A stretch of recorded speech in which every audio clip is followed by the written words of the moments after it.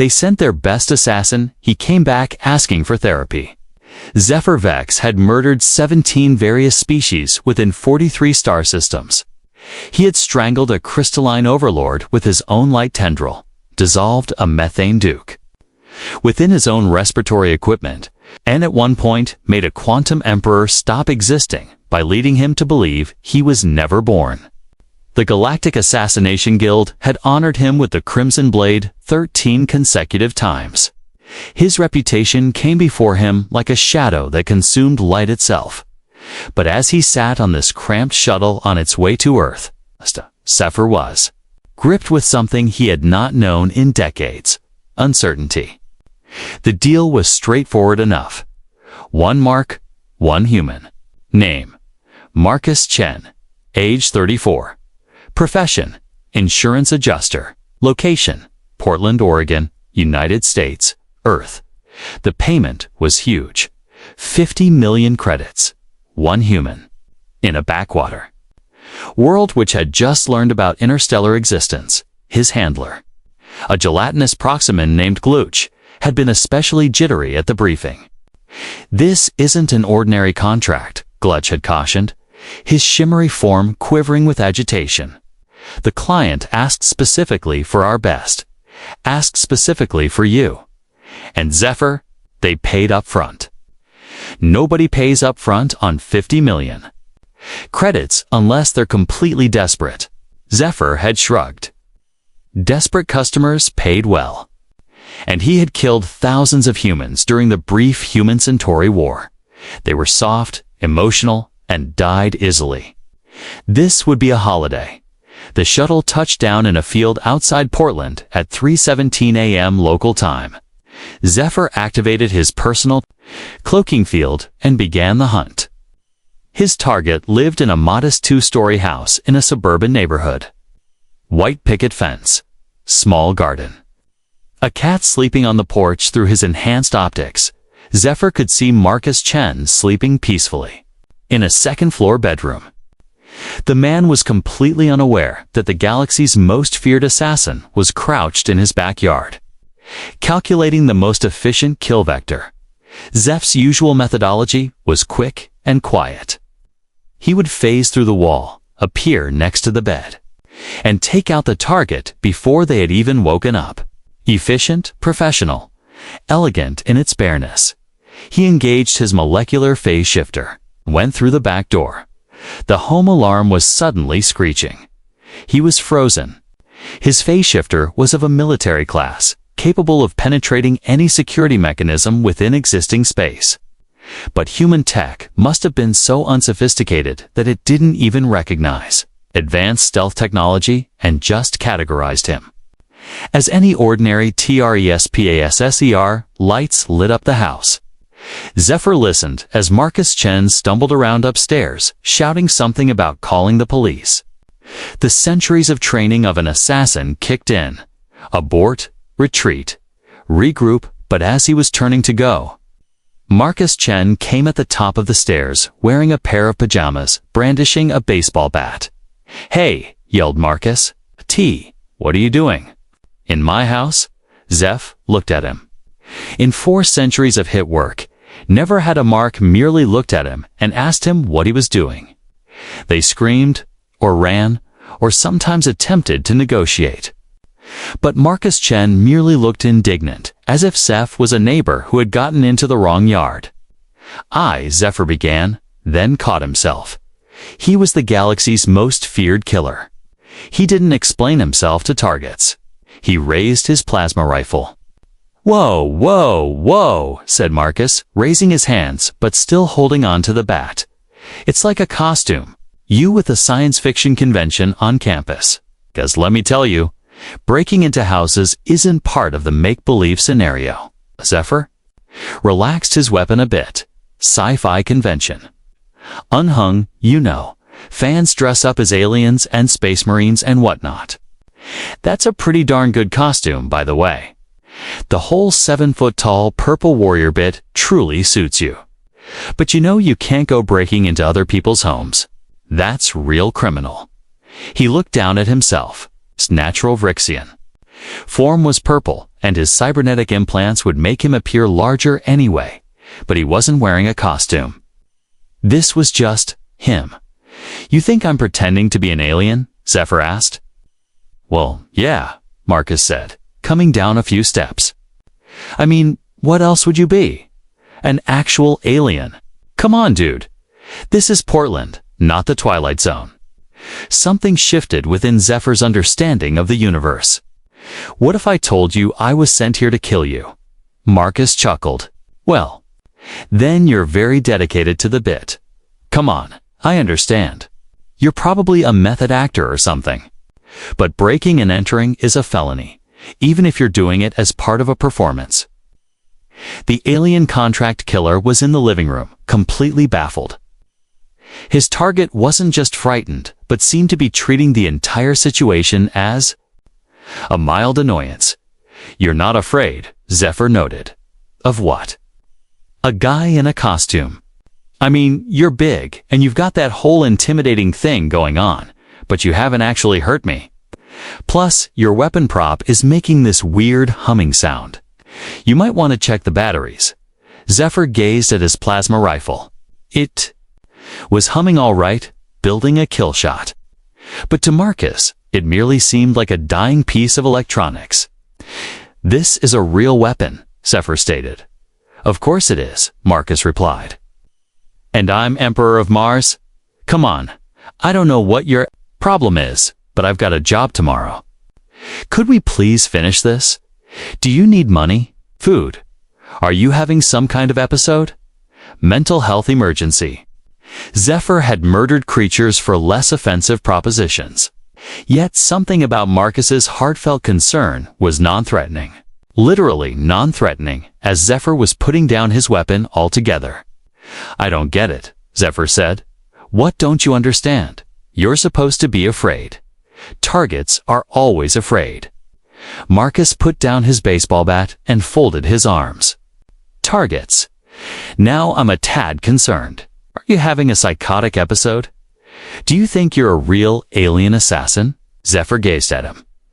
"I'm an extraterrestrial assassin, right? And I'm a unicorn.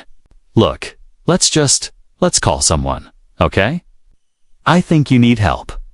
Marcus rose and crossed over to the telephone and began dialing. Zephyr would have killed him 17 ways before he even had a chance to sync on this call. Yet he was frozen with the outright impossibility of it all. His would-be abuser was trying to get him psychiatric assistance. "Hi, yes, I'd like to report a break-in, but I don't think the person is dangerous. I think they're having a psychiatric emergency." Zephyr observed Marcus as he steadily retraced the events to what he believed was a 911 operator.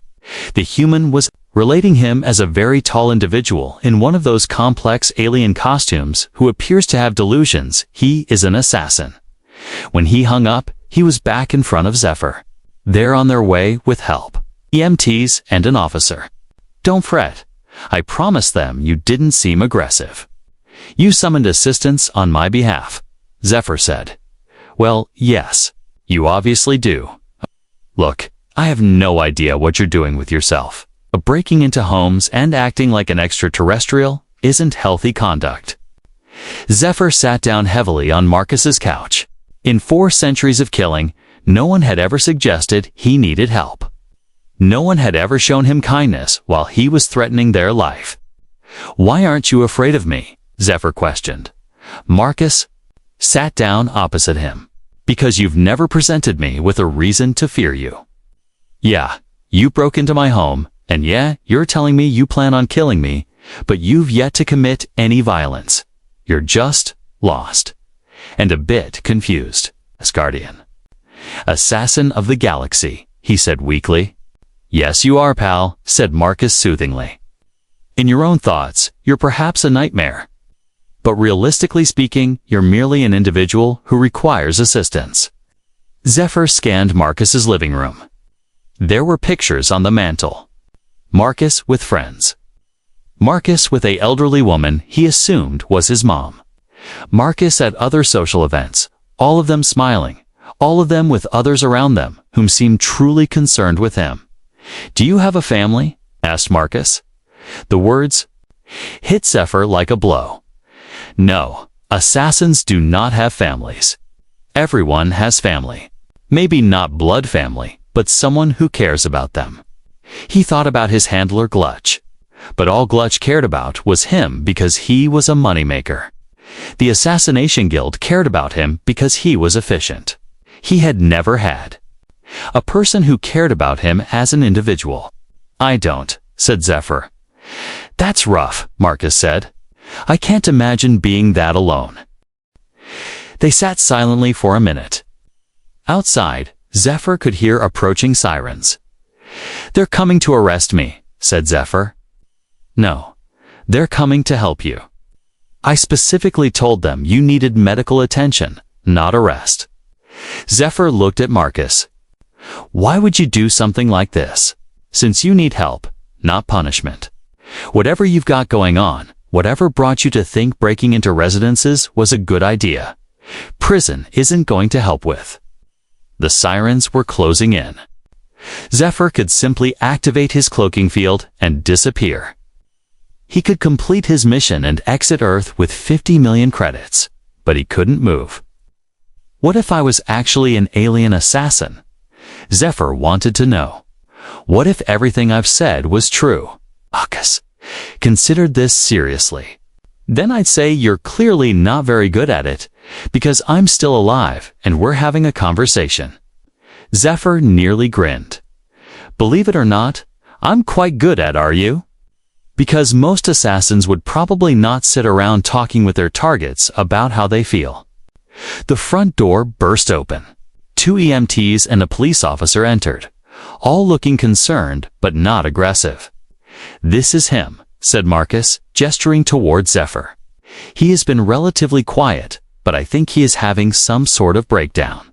The woman police officer with friendly eyes came closer at a slow pace. "Hi there, I'm Officer Rodriguez. What's your name?" Zephyr looked at her. She was being gentle, treating him like someone who needed help rather than someone who needed to be subdued. "Zephyr," he said. "That is a fine name." "Zephyr, you know you're having a difficult evening. Am I wrong about what you're feeling?" He stared at Marcus, who was gesturing at him with encouragement. "I came here to kill him," said Zephyr, pointing at Marcus. Officer Rodriguez didn't even blink. "Okay? And why did you want to kill him?" "Because I was paid for." "Who signed you?" Zephyr paused. "You wouldn't believe me if I told you. Try me. It's a Galactic Assassination Guild." Officer Rodriguez nodded seriously. "And this guild? They're the ones who told you to hurt Marcus." "Yes. And how do you usually communicate with this guild?" He grasped his communicator, a quantum communicator, and then hesitated. It would merely appear as an odd contraption to their sight. "Via communication through entanglement of quanta." "That is very advanced," remarked Officer Rodriguez.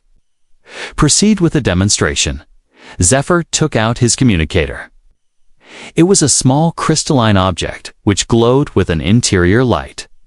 The EMTs and police officer looked at it. "Whoa," said one of the EMTs. "That's pretty good prop work." But Officer Rodriguez was taking a closer look at it. "That isn't a prop," she said softly. "What do you mean?" he said. "It isn't made of any material I'm familiar with, and it is generating its own light source without any visible power supply."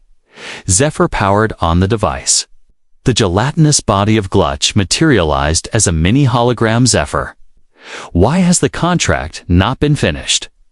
The client is becoming impatient. Everyone in the room stared at the hologram. Glutch looked around at all the faces staring at him. "Ah," said Glutch. "This is a Officer Rodriguez sat down. You're a real alien." "Yes," Zephyr said. "And you're a real assassin. And you were sent specifically here to kill Marcus. But you didn't? Why not?" Zephyr gazed at Marcus, whose eyes remained glued on the hologram as if he was fascinated, not afraid. "Because he was nice to me." Officer Rodriguez rubbed at her temples. "I'm going to have to call this one in. This is way outside my pay grade." "Wait," said Marcus. Can I ask Zephyr something before we call any other person? Everyone looked at him. You said you were the galaxy's most feared assassin, but you seem pretty, gentle. What happened to make you become an assassin? Zephyr had never been asked this question. In 4 centuries, no one had ever wondered about his motivations or his past. I was bred for it, Zephyr said. My species, the Vrixians, we're engineered for warfare. I was taken from my birth pod when I was 3 days old and trained to kill. It's all I've ever known. That was terrible, Marcus said. You were effectively a child soldier. I was a weapon. You were a kid, Marcus argued. A kid abused and taught how to kill humans. It is not your fault. Zephyr felt something he'd never experienced before. His eyes were leaking fluid. Are you crying? One of the EMTs said kindly. I don't know, said Zephyr. This has never happened before. It's all right, said Marcus. It's natural to cry. It indicates you're working through feelings. I am not permitted to have emotions. Everyone has emotions. You were just trained to suppress them. Officer Rodriguez was speaking on her radio in a low voice, calling for backup and perhaps a specialist of any sort. But she was studying Zephyr with an expression of what appeared to be compassion. Glutch's hologram flickered. Zephyr, what is happening? Complete the contract immediately. No, said Zephyr. No. Said Zephyr no. What do you mean, no? I mean, I'm not going to kill Marcus. But you have to. The client paid 50 million credits. Give them their money back then. Glutch's body trembled with agitation. You can't turn down a contract like this, Zephyr. The guild will blacklist you. You'll never have a job again. Good, Zephyr said. I don't want to work again. But what will you do? Zephyr looked at Marcus. I don't know, Marcus. What do people do when they don't kill for a living? Marcus grinned. Many things. They have careers, hobbies, love relationships. They derive meaning through caring about others rather than causing them harm. That sounds nice. It may be. Officer Rodriguez ended her radio call. All right, I've got feds on the way. First contact with an extraterrestrial species is a big deal, apparently. But I informed them you were cooperating, and you didn't appear to be a threat. I'm not a threat, said Zephyr. Not anymore. Something shifted, asked Officer Rodriguez. Zephyr thought about it. Marcus treated me like a person. Not a weapon, not a tool, not a monster. Just a person who needed help. I've never experienced that before. And was that sufficient to convince you to retire as an assassin? Yes. I suppose I've been waiting for a reason to stop all along. I just didn't know how else I could be. One of the EMTs, a young man named David, sat down next to Zephyr. You know, if you're serious about changing your life, there are people who can help. Therapists, counselors, support groups, people who work with individuals who've experienced trauma. It can be done, of course. It isn't easy, but it can be done. People switch careers all the time, and you're obviously able to have empathy and mature, or you would not be sitting here having this interview. Zephyr stared at the image of Glutch on the hologram. You can't stop. You're under contract. I'm breaking my contract. Sue me. The guild will put a bounty on your head.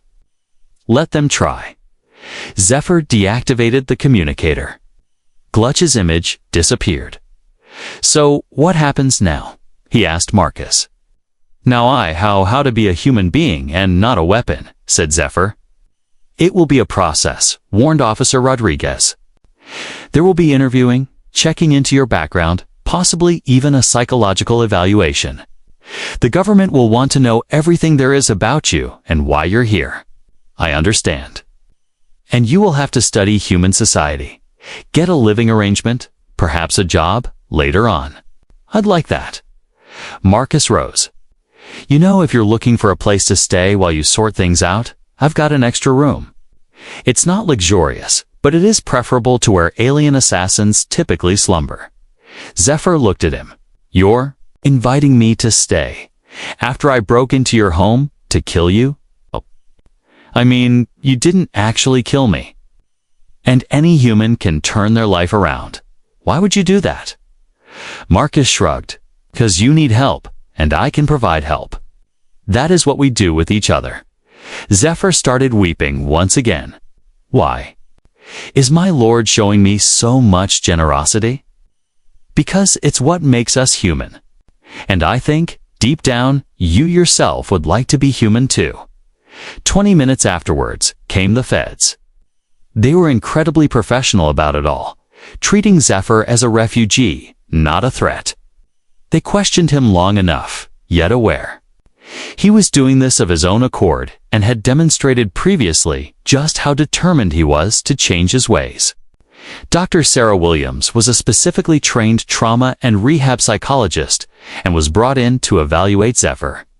She was a short, elderly, gray-haired woman with gentle eyes. Zephyr, she said, sitting across from him in the interview room. I've been briefed on your situation. I understand you've decided to give up your previous profession. People, that's a big decision. What was responsible? He informed her of running into Marcus, of having been treated with kindness, of coming. To understand he had no desire to be a weapon any longer.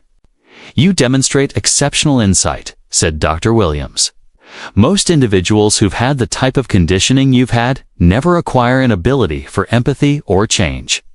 That you can discern kindness and reflect on it indicates you have a good starting point for recovery. Recovery from what? From having had a lifetime of trauma. From having been told you were of value as a weapon alone. From having been removed from healthy social interaction.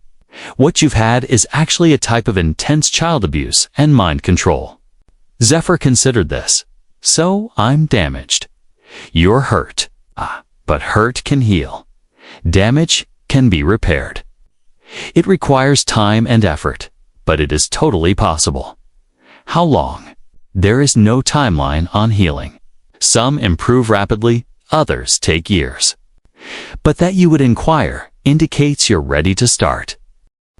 Dr. Williams recommended that Zephyr start with intensive therapy, initially on a daily basis.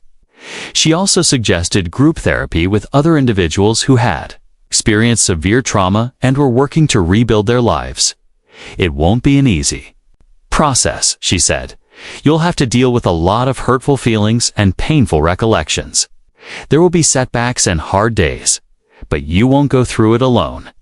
I've been alone my whole life. Not anymore. Marcus was waiting when Zephyr finished his interview. The federal agents had agreed to let him stay with Marcus temporarily, under supervision and with regular check-ins. How went it? Asked Marcus. They think I can change, Zephyr stated. They think I can become normal. What do you think? Think I want to try? They drove to Marcus's house in silence. Zephyr looked out the window at the city lights, at the people walking down the sidewalks, at the normal, peaceful life happening all around him. Marcus, he said, as they pulled into the driveway. Oh, why did you help me? Marcus turned off the car and stared at him. 'Cause you needed assistance, okay? And because all of us can use a break at being one step better than we happen to be. But I'm an extraterrestrial. I'm not of your species at all. Well, you're still human. You think and you feel and you can change. That's what counts. Zephyr gazed at Marcus's residence. It seemed cozy and inviting, far from the cold training centers and vessels he had resided on all his life. How can you become a person at all? Zephyr asked. It's all right. We will sort this out together. It had been a difficult few weeks.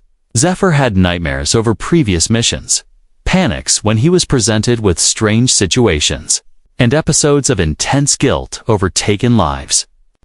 But Marcus was waiting him out, and Dr. Williams was skilled, and one step at a time. Zephyr began to understand what it was like to be something other than a tool. He learned human customs and social etiquette. He discovered television and books. and music. He was exposed to various foods and found he liked spicy foods. He learned how to laugh at comedies and cry at tears in yours movies. Most of all, he learned about friendship. Marcus never saw him as a curiosity or a project. He saw him as a roommate and afterwards as a friend. They sat through sports games, took their turn at cooking, engaged in lengthy discussion on everything from politics to philosophy. "Do you regret it?" Marcus asked one day as they sat on the porch at sunset. "Regret what? Giving up your old life? I mean, you were probably rich and powerful and feared across the galaxy. Now, you're just here, living a normal life." Zephyr thought about it. "I was never really living before. I was just existing, following orders, being what other people made me. This is the first time I've ever chosen my own path. Even if it's harder, especially because it's harder. Easy things don't mean anything, but choosing to be kind when you could be cruel, choosing to help when you could hurt, choosing to build instead of destroy, that means something." Marcus grinned. "You're going to be all right, Zephyr. I think so too." 6 months afterward, Zephyr began working at a neighborhood nonprofit whose mission was supporting refugees and immigrants in their transition into a life in America. His own experiences of having totally transformed his life and sense of self made him especially successful at supporting others through their own transformations. A year later, he was enrolled into a degree of psychology at Portland State University. His goal was to become a therapist, supporting others traumatized and seeking a change of life. 2 years had passed when he was contacted by the Galactic Assassination Guild. They wanted him back. The hologram of Glutch materialized within his apartment, and he was offered 100 million credits if he would go back to his previous life. "No," Zephyr said simply. "But think of the money. Think of the power. I have something better than money or power. What can possibly go wrong?" Zephyr looked around his apartment. It was small and modest, but it was filled with things that mattered to him. Photos of him and Marcus and other friends. Books he was reading for school. A certificate from his volunteer work. A small cactus he was learning to care for. "I have a life," said Zephyr. "A real life with real relationships and real meaning. I'm not going back to being a weapon." "You're wrong," said Glutch, warning him. "There is a difference. I'm choosing." Zephyr shut off the communicator and tossed it aside. He was done with it. 5 years later, Dr. Zephyr Vex opened his own practice, specializing in trauma, recovery, and life transformation. His first patient was a young woman who had been raised in a cult and was struggling to adapt to normal society. "Do you know how to be a person?" she asked him at their first session. Zephyr grinned. "It's fine. We'll do it together." The galaxy's most feared assassin was gone.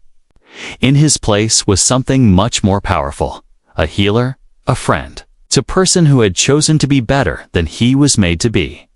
It all started because one human wanted to reach out with an act of compassion toward the stranger. Marcus Chen never would have imagined that this gesture of mercy had changed the course of galaxy's history. Never would he have imagined he had preserved thousands of lives by treating an alien hitman as a human being in trouble. But Zephyr was cognizant. And every day he worked at repaying that generosity by assisting others on their own journey from darkness into light. The greatest victory is never coming out on top against your foes. It's turning them into friends. And on occasion, perhaps the greatest weapon you can wield against violence is basic, unadulterated kindness. Because in the end, everyone just wants to be seen as a person worth saving. Even alien assassins who have forgotten how to be human. 10 years after that night in Portland, Zephyr received a message from an unexpected source. The Galactic Council had been monitoring his transformation and his work. They wanted to offer him a position as an ambassador to newly contacted species, helping to establish peaceful first contact protocols. Your unique experience, the Council. Representative explained, gives you insight into both the capacity for violence and the power of redemption. We believe you could help prevent the kind of conflicts that have plagued galactic relations for centuries. He considered the proposal. It would mean leaving behind Earth, leaving behind his lifestyle, leaving behind Marcus and all the others he had grown to love. We'll have to discuss it, he replied. He sat with Marcus one evening on this same porch, on which he had sat with him countless times over the years. Marcus was grayer now, with gray running through his hair, yet his eyes remained soft. They made me a job offer, Zephyr stated. A large job. Ambassador to the Galactic Council. That's fantastic, said Marcus. You would be ideal for it. It would mean departing from Earth. I know. They sat in comfortable silence for a while. I don't want to leave, Zephyr said finally. Why not? Because this is home. You're my family. The colleagues I work with, the patients I care for, the life I've established here. It's everything I never even desired. Marcus smiled. You know, when I first met you, I thought you were just a lost soul looking for help. I never would have imagined you would become one of the important figures of my life. You saved me, said Zephyr. No, you saved yourself. I happened to be there when you decided you wanted to change. Nothing yet. You decided you wanted to be better. That's all you.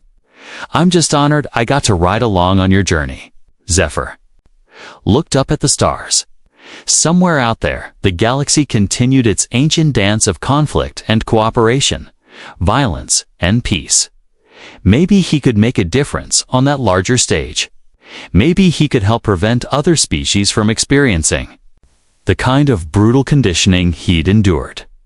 Perhaps his true mission was on a smaller scale and a personal one. Perhaps it was doing one person at a time, one patient at a time, one conversation at a time. Perhaps it was showing other people change was a possibility. Healing was a reality, and no one was too far gone for redemption. I'll pass on taking the job, said Zephyr. Are you sure? I'm sure. My job is here. My family is here. My life is here. Marcus nodded. Then I guess the galaxy's loss is our gain. The next morning, Zephyr politely declined the council's offer. Instead, he proposed something different. He would serve as a consultant, helping them develop better first contact protocols from his base on Earth. He would train other ambassadors, share his insights, and help create a more peaceful approach to interspecies relations. The council agreed. It was unprecedented for a former assassin to become a peace advocate, but Zephyr's transformation had become legendary across the galaxy. His story was told as proof that even the most hardened warriors could choose a different path. Zephyr continued with his work on Earth as well, though this time with broader context. He was a part of starting the first ever interspecies trauma therapy program. He worked with fellow reformed prisoners and combatants who wanted a change of heart. He became an inspiration to any living being that believed they went too deep down in order to redeem, and each day he recalled the lesson he had learned from Marcus on their first night, that being kind wasn't weakness, compassion wasn't foolishness. And at times, the greatest strength you could exert was merely treating a human like a human you wanted to preserve. The feared galactic assassin had become its best peace envoy, and all because of one human heart that had taken a moment to see beyond the weapon to the man beneath. One human heart that had reached out with help rather than harm. One human heart that still believed redemption was a possibility even for a man who had forgotten how to be human. Ultimately, Zephyr's greatest accomplishment was not the lives he had taken, but rather the lives he had preserved. Not with violence, but with the humble, radical act of deciding to be good, and in a universe often defined by conflict, that made him the most dangerous person of all. Because kindness, once experienced, is impossible to forget. And hope, once awakened, is impossible to kill. The hitman who had gone looking for therapy had discovered something greater even than all of the arms of the universe. He had discovered his own humanity. And having discovered it, he had helped others discover theirs as well. Your greatest victory isn't defeating your opponents. It is getting them to become a better version of themselves.